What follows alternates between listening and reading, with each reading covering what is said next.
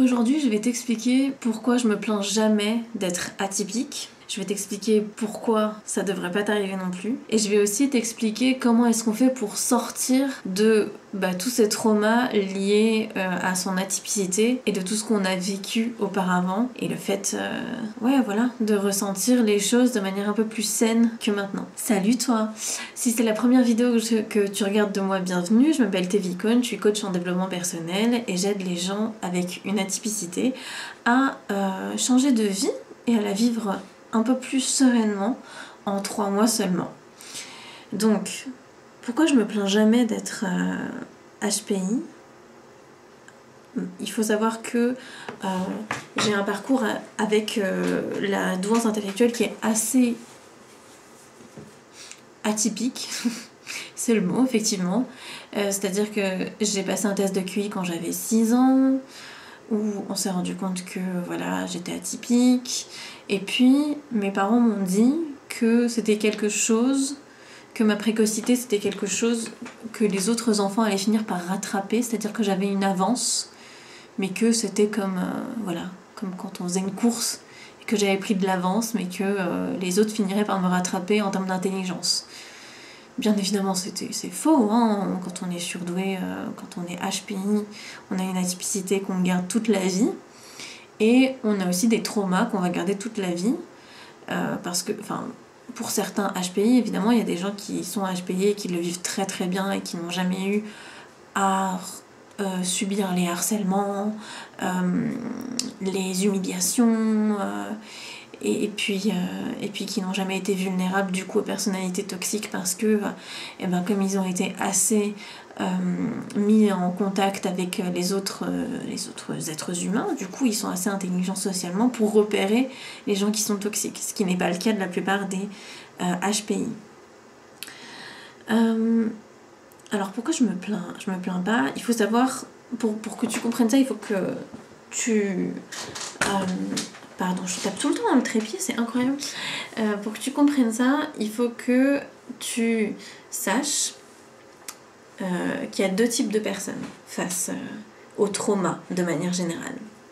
Il y a un premier type de personne qui se dit « ce trauma, je l'ai vécu, j'ai vécu ces harcèlements, je vis cette différence et je suis malheureux et je vais rester malheureux toute ma vie, malheureux ou malheureuse, toute ma vie. Toute ma vie, je vais être comme ça, donc il faut que je l'accepte. Il faut que j'accepte que de toute façon, je serai jamais pareil que les autres, que je ne serai jamais compris ou comprise, que je n'aurai jamais d'intérêt fixe toute ma vie, que je serai jamais bien, que je serai toujours anxieux ou anxieuse, et que c'est comme ça. Voilà, que... il n'y a pas de marge de progression, qu'il n'y aura pas de changement de ce côté-là, que de toute façon, je suis vouée à être triste et en colère toute ma vie. Et puis, il y a une autre catégorie de personnes. Il y a une catégorie de personnes qui se dit « Ok, je suis atypique, je l'ai bien compris, j'ai compris tout ça, c'est bon. Mais je ne peux pas accepter cette situation-là, je pense qu'elle est temporaire.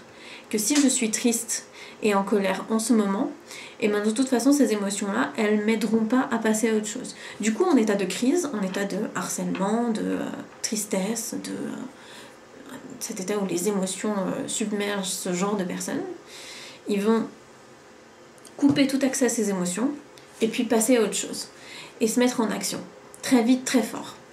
Et puis arrive un jour où souvent c'est à l'approche de la trentaine ou un petit peu avant, moi ça arrivait vers mes 27 ans,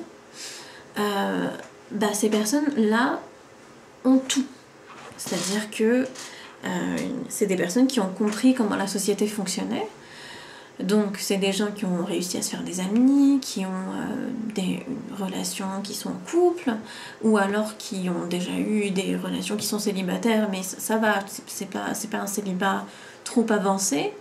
C'est des personnes, c'est probablement toi qui me regardes, c'est des personnes qui ne se sentent pas, qui savent qu'ils sont différents, mais qui ont quand même réussi à avoir un travail, avoir un compagnon, avoir des relations avec la famille plus ou moins apaisées.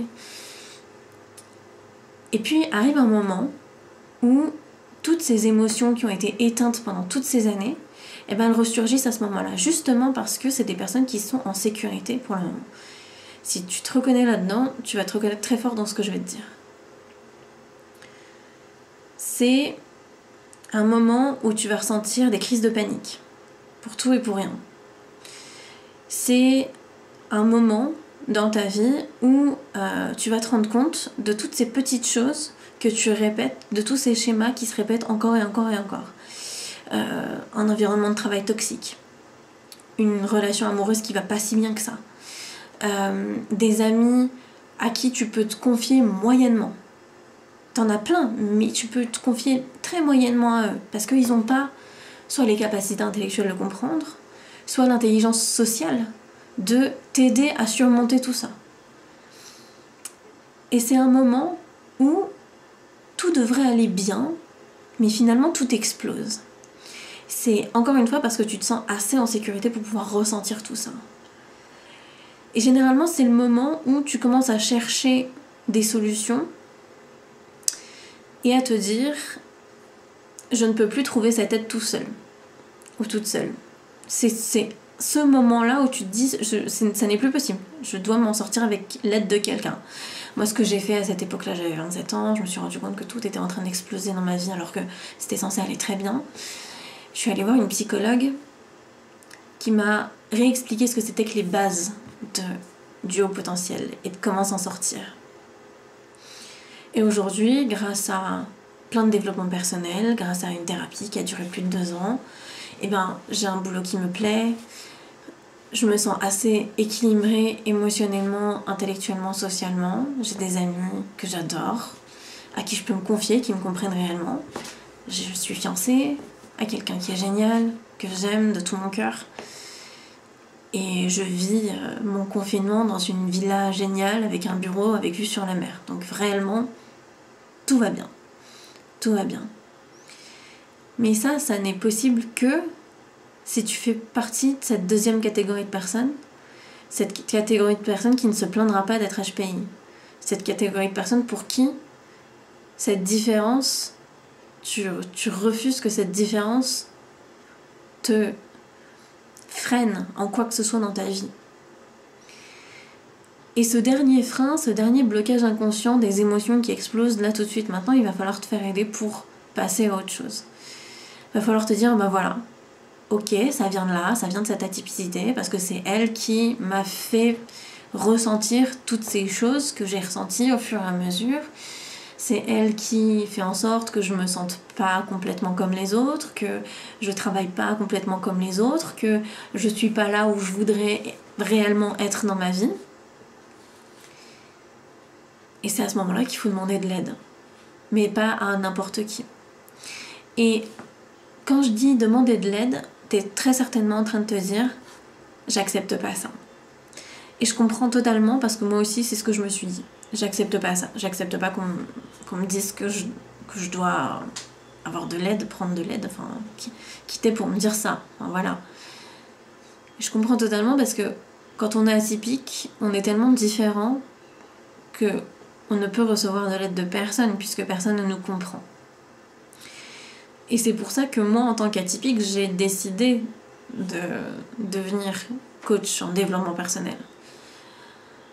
Parce que je sais que les gens que j'accompagne, je comprends vraiment leur combat. Je comprends vraiment ce que c'est que de se sentir différent. Je comprends vraiment ce que c'est que d'avoir des blocages inconscients qui peuvent être défoncés par l'hypnose, mais ça, on en parlera peut-être dans une autre vidéo.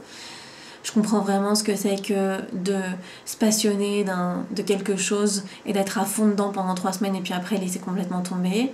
Je sais ce que c'est que de ne pas avoir une routine de sport ou de travail régulière parce qu'au début on est à fond et puis on laisse tomber très très vite. Je sais ce que c'est que de ne pas pouvoir gérer ses émotions de manière adéquate et d'exploser en pleine réunion de travail ou de ne pas pouvoir s'exprimer et d'exploser une fois arrivé à la maison sur son conjoint, sur ses enfants. Je sais ce que c'est que tout ça. Je le sais. Et c'est pour ça que je suis la personne la plus à même d'aider ce profil atypique qu'est le tien. Mais il n'y a pas que ça. Il n'y a pas que ça dans cette notion d'aide qui te dérange.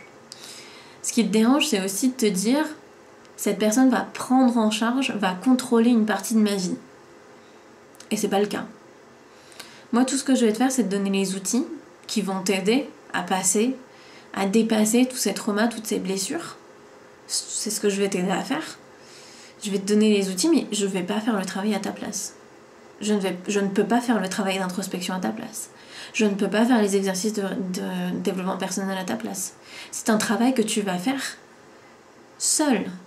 Tu auras mon soutien et mes outils, mais c'est à toi de faire le travail. Et ça, il faut absolument que tu le saches, que dans une démarche de développement personnel, le coach ne prend pas en charge ce que tu vas faire. C'est à toi de faire les choses.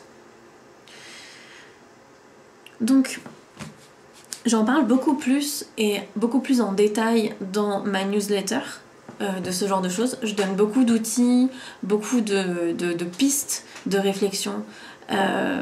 J'ai décidé de reprendre les newsletters quotidiennes, donc si tu as envie de lire la newsletter qui est à ce sujet, inscris-toi sur mon site web qui est en lien dans la description. Et si tu as envie d'être pris en charge en coaching 3 mois, parce que tu es atypique et que tu t'es reconnu dans cette vidéo et que tu as envie de t'investir non seulement psychologiquement mais aussi financièrement, eh bien je t'invite à me contacter sur le lien Instagram en MP dans la description également.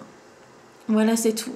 Encore une fois, c'est une chose que je dis souvent, mais si tu as une question sur le HPI, je t'invite à... je pense que je vais mettre la fiche là en haut, à cliquer sur la playlist qui s'appelle Douance intellectuelle, dans laquelle il y a plus de 30 vidéos sur le haut potentiel intellectuel. Donc si tu as une question, quelque chose, tu as besoin de cette information, d'une information en particulier, elle est forcément dans une de ces vidéos. C'est tout. Allez, bisous.